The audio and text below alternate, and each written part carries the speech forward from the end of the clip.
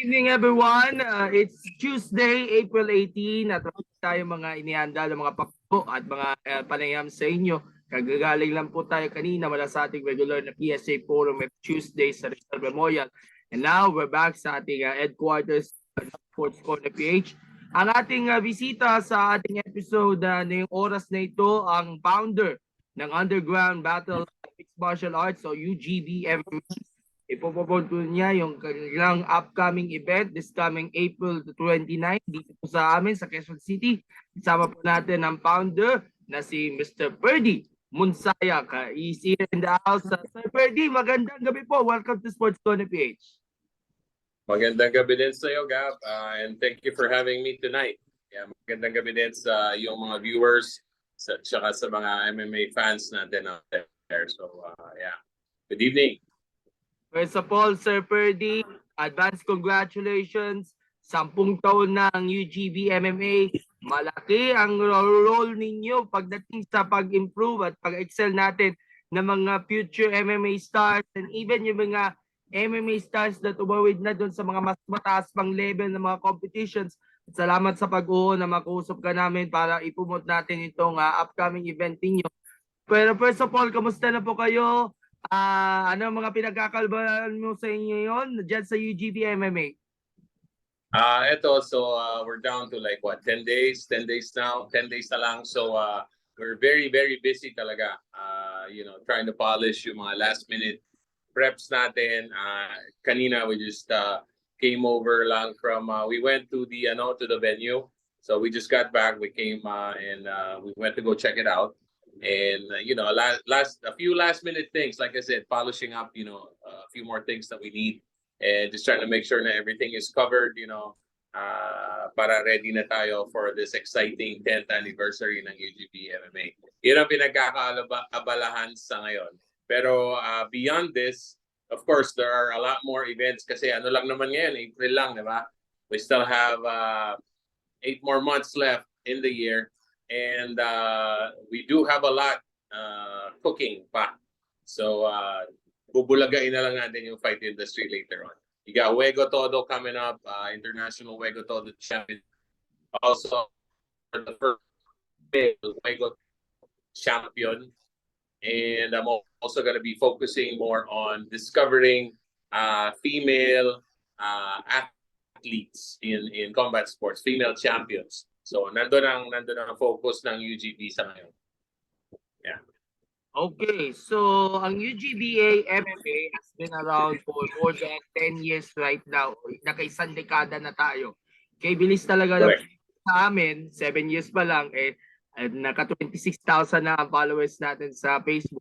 But of course, na-realize natin na maganda yung advocacy niyo para matulungan natin yung mga kabataan na iwaksi ang kanilang mga hardships, yung kahirapan natin through combat sports. Tell us more about this, briefly about dun sa mga humble beginnings ng ating UGB MMA. Paano ito nasimulan? Okay, ganito kasi yan.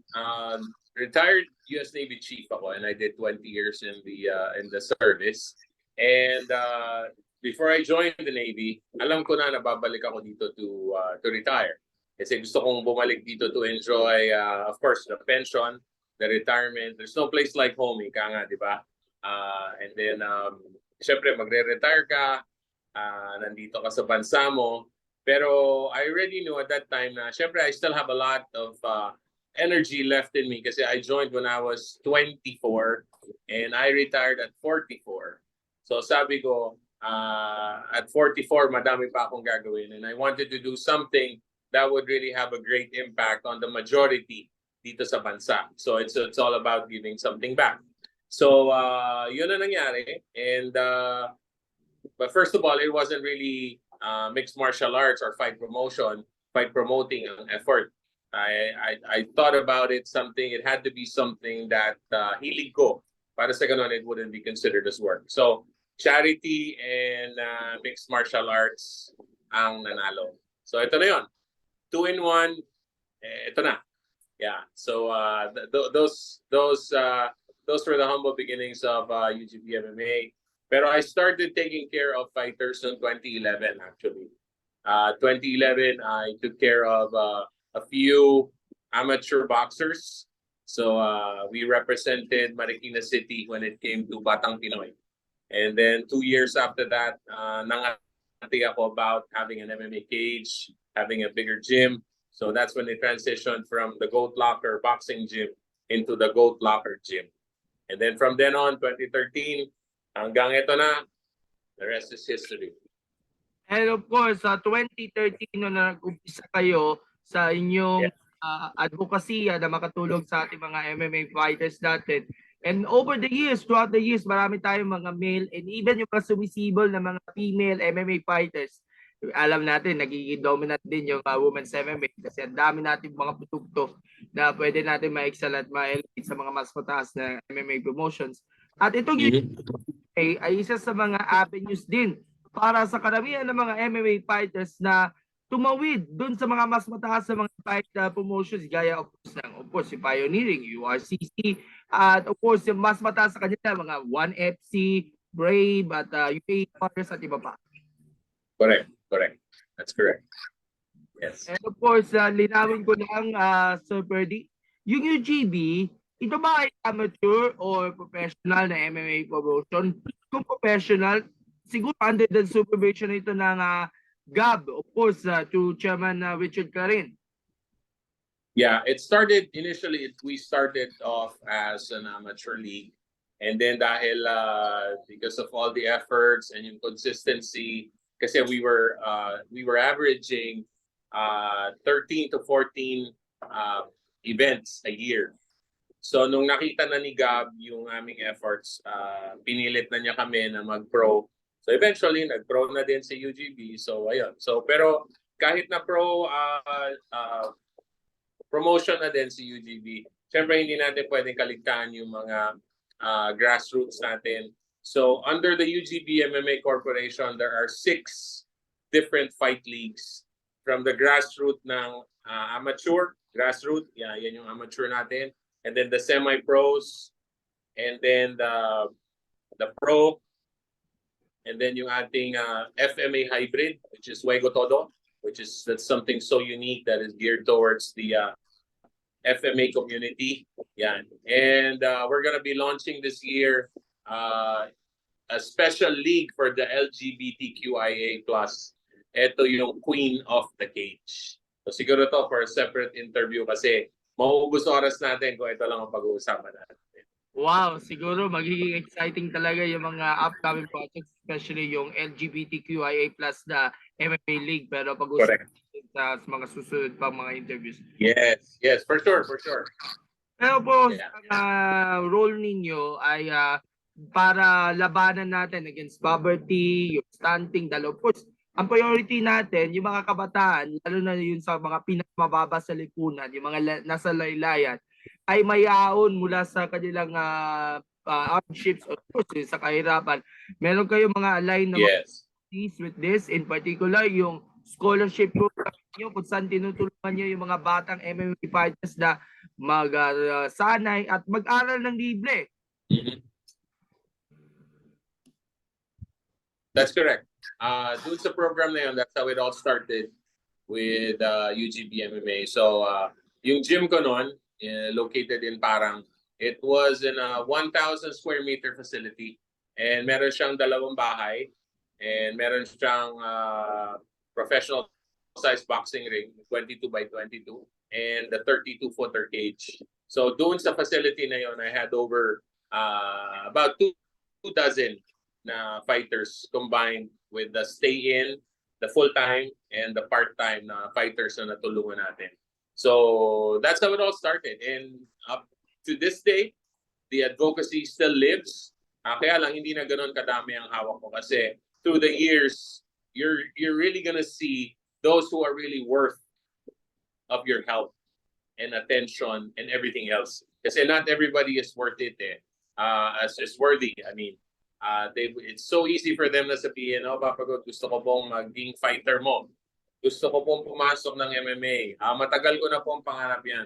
But then when the going gets tough, at the end of the day, they're not really worthy. They can't stay. They can't hang in there.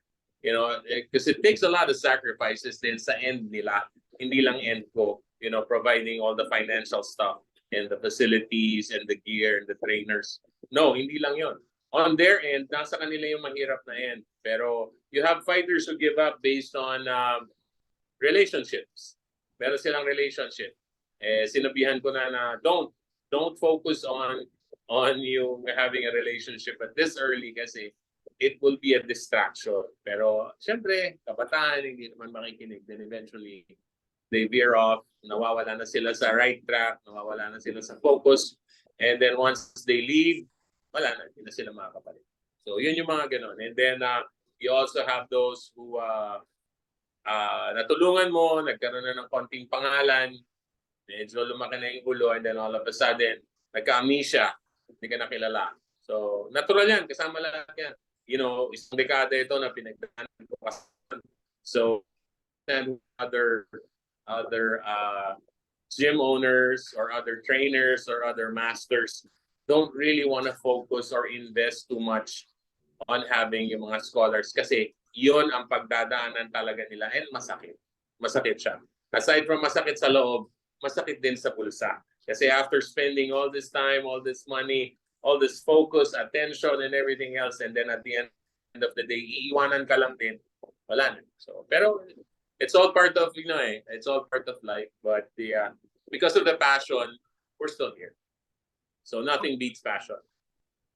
Yun. So, but the unique part of it is tinataguyod ninyo ang promotion ng ating Filipino martial arts. Kaya nga pinuno ninyo yung isa pang side event ng UGB MMA, yung Wego Todo, na alam ko elevate na ito the international scale. And one of the sports na napipicture nyo lagi was yung ating national sport na Arnis. Kaya nga dumuli pa si Daniel Bermas. I remember, nakusap ko si Daniel Bermas, yung ating na TikTok content creator. Yeah. Before yung Wego Todo. Yes, he sure did, and he was a very big help kasi syempre si Daniel is a champion. You know, he's a really good person, and he's so passionate then about the art. So when he did that coverage sa akin, that interview, and featured Wego Todo doon sa TikTok niya, in his page, napakaganda na naging exposure. So expect more from Wego Todo hopefully this year kasi it's already at the GAB level na maging pro. Pero from the GAB level, during the time of former Chairman Mitra, na-submit na to sa Office of the President sa Malacanang for approval. Kasi it cannot be bottom line by the GAB chairman kasi weaponized siya. So, dahil inabot na tayo ng pandemic, inabot din tayo ng transition with the new government, with the new administration. So, we have to start all over again and resubmit and then wait. And then hopefully, pero like I said, it's already at the pro level. So, fingers crossed and praying really hard na sana, you know, this thing really happens. And it would be a very, very big help for the FMA community. Kasi ang ganda nung endorsement ng GAB about Wego Todo to where it promotes sports tourism, you know, at the lower level. Pero bottom line, they're talking about promoting nationalism and patriotism kasi this is sariling natin. So it's really exciting, bro, for when this thing gets approved by Malacanang and then we become the first professional FMA league in the country and in the world acknowledged by the Philippine government. So 2 thumbs up yun. Yun. Panalangin natin, i-manifest natin na yung iling ninyo na ma-recognize ninyo ng ating pamahalaan through GAB. Yes, okay. Correct. This April 29, ito yung main topic natin. Magaganap po ang ika-72 o 92nd event ng UGB, which is UGB MMA 41 Bad Blood. Magaganap sa Toronto Sports Complex sa Quezon City. Sa lineup na nakita natin sa Facebook page niyo, parang it's a grueling battle between our kababayan sa ating mga Pinoy MMA fighters laban sa ating mga bisita nating Koreano. What the Correct.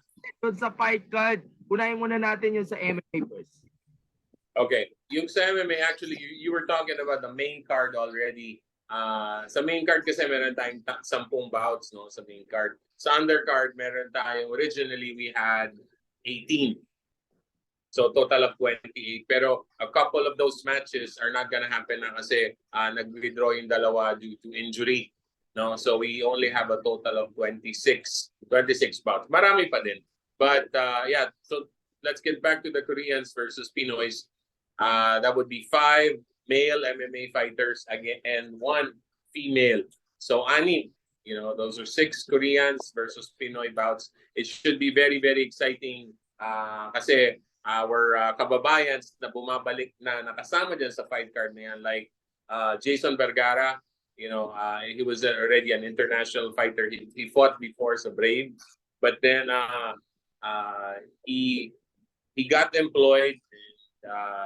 So nawala siya sa fighting, no, for 3 to 4 years yata. And then now this is his comeback fight, and he's one of those going up against the Koreans.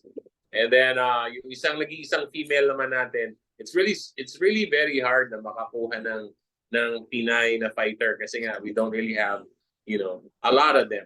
So kaya nga sabi ko earlier, ang focus ko is to develop more of these female MMA fighters na talagang pwedeng mag-represent, who could step up the plate, you know, and when something like this goes down and happens, nandyan sila para pwede rin sumabak, di ba? And then we have 4 other athletes, Pinoy athletes, like pinakasikat dyan na nandyan si Mark Alcoba. We all know who Mark Alcoba is, international MMA fighter na rin yan. And nakarating na rin ng Brave, nakarating na rin ng China. So many other, you know, fight leagues outside the country na nilaroan ng taong yan. And magaling yan. Magaling yan si Mark Alcoba. And then you have Lar Ocampo. Yeah, and then we have a newbie, Joseph Bago from Team Psychopath. Team Psychopath, by the way, is a branch off ng UGB MMA in Trece Martires, Cavite. So shout out sa kanilang coach, Ferdie Aquino. He was the one grooming these guys para doing the same thing basically na I have been doing in the past, taking care of these fighters, giving them free training, providing all the gear and all. Ang galing. So basically, what we're doing at my level is already happening at the lower level as well. So buhay na buhay ang advocacy. Yeah, so yun yung mga naalala ko. And yeah, yun yung mga sasabak sa mga Koreans and on the 29. So that's on the main card. Sila muna. And then we have 4 championship belts to give away on the 29th. So let's start off with the Predator Fight Series strawweight belt. The bout is going to be Robertson Abion versus Eli Fernandez. Yeah, so kaabang-abang yan. Strawweight. And then let's move on to the bantamweight. It's going to be Jetro Saba of Bicol versus Marwin Landong. These guys are pretty new, pero they have the experience already and they need to be recognized. And sila yung napili ko na to go up for the Predator Fight Series Bantamweight Championship belt. And then you have sa female naman, it's going to be a Predator Fight Series Atomweight class, babae. So it's going to be Clarice Femia of Batangas versus France Brutas of Bicol. So very exciting din ito. Pareho rin mga newbies, pero marami na ring laro na nakapag-participate sila. And like I said, it's about time to recognize these kind of athletes that we have. And then, of course, the main event, Bad Blood. The reason why we have Bad Blood UGB 41 is because of Joe Vincent So, who is an international MMA fighter as well, a very experienced fighter against another I could say he's a UGB veteran, Ariel Oliveros. Yeah. So it's about time na makita natin kung sino talaga dito sa dalawa ang mas magaling. And this is where they're going to settle the score of the Bad Blood. Kasi, you know, back to when they were together at the One Championship, One Warrior Series, I believe, in Baguio, where Joe Vincent claims na si Ariel pushed him and he almost fell off the cliff, sabi. So that's how all the bad blood started. So malalaman natin. You all can come out and watch on the 29th and watch it live, and then we'll see who's really going to be the champion. And ang lalabanan ni Ariel and Joe Vincent will be the UGB flyweight. Kabang-kabang talaga yung mga mangyayari dun sa MMA fight card. Pero pa rito, Yes. tayong iba pa mga abangan ng mga events. Nandiyan yung pinakauna, nag-iisang laban dun sa Wego Todo. It's between Melendez versus Sarol. And of course, That's right. kayo ng mga exhibition bouts, yung mga scholars ng UGB MMA. Correct. It seems like you really did well sa iyong homework. Namunti ko na nakalimutan. Yeah, there's only one Wego Todo bout. That's correct. And then meron din tayong mga FMA demos ng dalawang teams, and also another one Taekwondo demo from a 12-year-old black belt who happens to be my apo. So he will also be performing doon on the 29th. And bukod pa rito, Sir Ferdie, meron pa tayo mga pakulo na matutungay this coming April 21. Nandyan yung mga car and motor shows, of course, yung castle. Yes. Tapos may bibisita pala kayong parang flip-top artist o rapper dito. Well, we always have them on our. Actually, the Blood Brothers are the original rap artists ng UGB MMA. Sila yung may kagagawan ng ating mga lahat ng original soundtrack ng UGB MMA. So the Bad Blooders will always be there to perform. And in all our events, nandiyan naman sila. So yun yung mga pakulo na dati na, of course, the rap artists na walang kupas. And dyan yung mga naggagandahan natin, mga round girls, will be on display as well. Lagi naman, ever since magaganda lagi ang round girls ng UGB. Yun nga, may cosplay tayo featuring the Philippine Batman will be there. And more cosplayers would be there. And then another special feature kasi kasama natin dito, shout out ko lang si Kuya Yuyu de Guzman of United Car Club of the Philippines. Sila yung mag-feature ng car display and big bike display. Yeah, and also shout out kay Sister Hazel Ilato of Boss P Productions. Kanya naman yung motor show. Yung mga motor, yung mga customized na mga motor dyan, sila naman yun. So that's what makes this one special. And I believe we are not gonna run out of room kasi Amoranto Oval, sa sports complex na yun is huge. So, and then may bleachers pa tayo. So, the surprises that we have here, by the way, if you buy a 500 peso ticket, entitled ka sa raffle. And then, ano meron sa raffle? Okay? Ang grand prize natin is motorsiklo, courtesy of Grand Cycle. Surprise yung motor ayaw pa nilang i-disclose kung ano. Pero 500 pesos lang, entitled ka na doon sa raffle. No? And then you have motorcycle helmets. Okay? Meron motorcycle bags, helmet bags, I'm sorry. And then sako-sakong bigas, cell phones, a lot of UGB merchandise to be given away from t-shirts, MMA shirts, MMA shorts, lanyards, stickers, a lot of goodies, for those who are going to attend, for those na hindi mananalo, pwede naman silang bumili. Yeah, so we're gonna have a lot of souvenirs for the event. Yeah, so, and then, yung mga manunod sa bleachers, by the way, 100 pesos lang yun. Pero syempre malayo na, pero we have 4 LED walls naman na pwede nilang panooran, so kahit malayo. Pero yung mga mamimili ng 100 pesos na tickets sa bleachers will be entitled to a 5,000 peso cash raffle prize. Yan. So meron para sa lahat. All you have to do is come out and support, enjoy, have fun, makigulo, and hopefully you could bring something home. Yun ang meron tayo sa April 23. Yeah. Okay, para dun sa mga hindi makakapunta, meron pa kayo mga live streaming at of course either sa free? Unfortunately for this particular event, wala. We want people to come out and watch it and enjoy it live. Hindi yung papanoorin lang tayo ng via live stream. So wala tayong pay-per-view this time. Wala tayong live this time. Yeah, wala nun. Alright, so much prepared talaga na pumunta sa mismong venue para yes, yung action. And of course, kung makabili ka ng ticket, baka may chance ka pa na maiuwi yung mga grand prizes na in-store ng Correct. ating UGB coming from UGB MMA.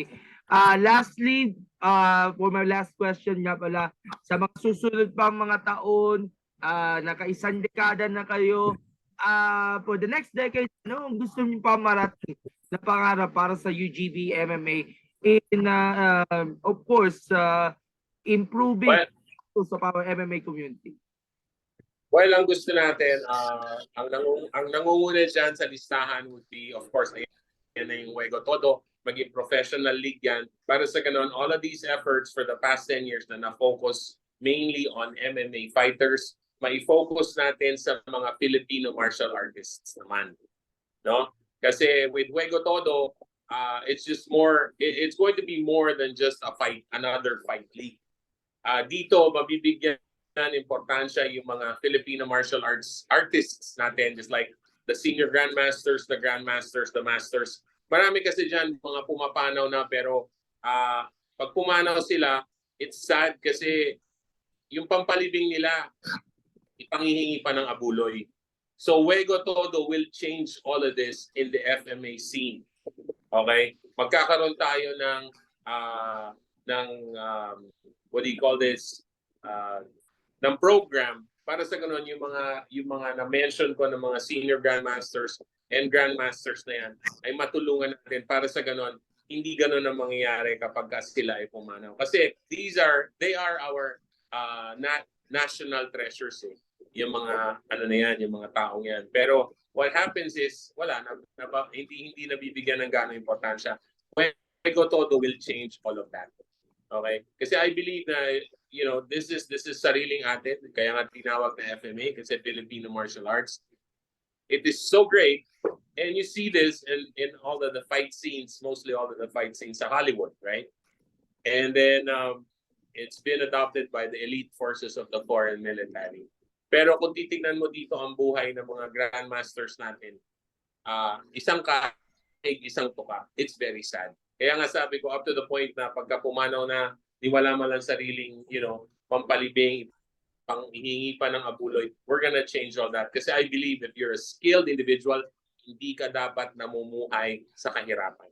So it is time to put these guys up on a pedestal where they belong. Kasi like I said, they are our national treasures. So yon ang isa lang sa mga magaganap pa na gagawin ni UGB through Juego Todo is magkakaroon tayo ng special foundation to make sure that we take care of our grandmasters para hindi na so immediately yun lang, and then there of course there will be more in the next 10 years. There will be more. Bravo, bravo. Kudos sa inyo, Sir Ferdie. And of course, sana matupad niya ang mga pangarap ninyo upang ma-elevate natin at itaas yung level natin ng MMA sa bansa. And of course, yung pagkilala natin sa ating mga Filipino martial arts grandmasters natin para matulungan natin sila in taking care of their health needs at iba pa sa pamamagitan niya ng of course yung Juego Todo. Pero bago tayo magbigay ng inyong final remarks, ang tradition natin ay magpuputo po tayo. So thumbs up, smile. 1, 2, 3. Okay, Sir Ferdie, anyayahan mo naman ang ating mga kasamang followers sa Sports Corner PH. 26,000 followers, especially yung mga mahilig sa MMA, mga MMA junkies at aficionados na pumunta sa Amoranto this coming April 29. Go ahead. Yes po. So inaanyayahan ko po kayong lahat na kung wala po kayong gagawin sa April 29, which is Sabado din naman po yun, makigulo po kayong lahat. Sumama po kayo sa amin at ang matunghayan niyo po ng live ang ating event sa April 29, which is our 10th anniversary and 92nd event na po ni UGB MMA. So with all the prizes po na nabanggit kanina, sa 26 bouts pa lang po, sulit na po yung 500 pesos ninyo. Kung manalo pa po kayo, di ba? And then makigulo kayo doon, makita nyo yung magaganda nating round girls, makapanood kayo ng car display, makapanood kayo ng motor show, di ba? Marami pong magaganap doon. Plus the cosplayers, Marami. So, if you don't have anything to do, labas po kayo doon, makigulo po kayo sa amin at na maka-experience naman po kayo ng something different. And we will be more than happy to see all of you guys po doon. Amoranto po is very, very big. So, wag po kayo mag-alala. There will be a place for everybody po doon. So, hopefully, see you guys there. And thank you so much, Gab, by the way. Yeah. Thank you so much for this opportunity. Yeah. Ayun. So, again, April 29, Amoranto Sports Complex. Walang live streaming ha. Match prepared natin. Pumunta lang kayo sa venue. Bumili lang kayo ng ticket. By the way, 500 yung sa general admission. Yung 100. Yeah. Tapos meron pa kayong VIP ticket na 10,000, no?